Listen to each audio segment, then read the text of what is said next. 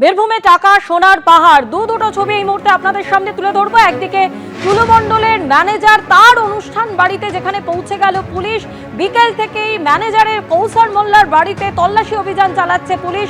আর অন্যদিকে পাশাপাশি যে ছবি আপনাদের সামনে তুলে ধরছি, অনুব্রত মণ্ডল ঘনিষ্ঠ টুলু মণ্ডলের বাড়িতেও কি প্রচুর সোনা রয়েছে, সেখানেও পুলিশ তল্লাশি অভিযান চালাচ্ছে।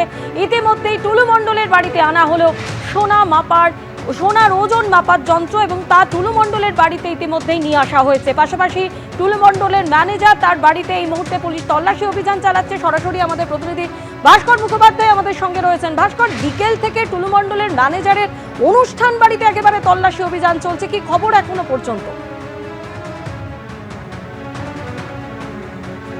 একদমই, দেখো গতকাল যেভাবে প্রায় 50 কোটি টাকার মতো সোনা এবং নগদ টাকা উদ্ধার হয়েছে, তারপরেই পুলিশ কোমর বেঁধে নেমেছে যে টুলু মণ্ডলের যেসব জায়গাগুলি, অর্থাৎ তার বাড়ি, তার ফার্ম হাউস, তার ম্যানেজারের বাড়ি, এই সমস্ত জায়গাতে কন্টিনিউ রেড চলছে।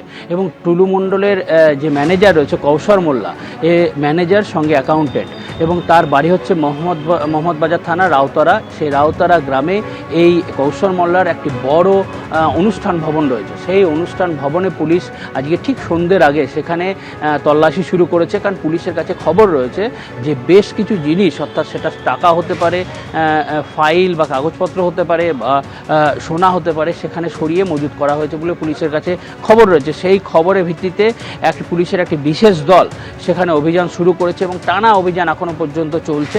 এই কৌশল মোল্লার সঙ্গে টুলু মণ্ডলের একটা যোগসূত্র রয়েছে, কারণ দীর্ঘদিন ধরেই টুলু মণ্ডলের কাছে কাজ করেন কৌশল মোল্লা। তিনি একদিকে যেমন ম্যানেজার, অন্যদিকে অ্যাকাউন্টেন্ট, এই দুটো বিষয়ই তিনি দেখেন। এবং একটা জিনিস খুব ভালোভাবে দেখলে বোঝা যাবে যে টুলু মণ্ডলের যারা খুব কাছের লোক, মূলত তাদের কাছেই তিনি কিন্তু এই টাকা পয়সা বা ফাইলপত্র তিনি রাখতেন।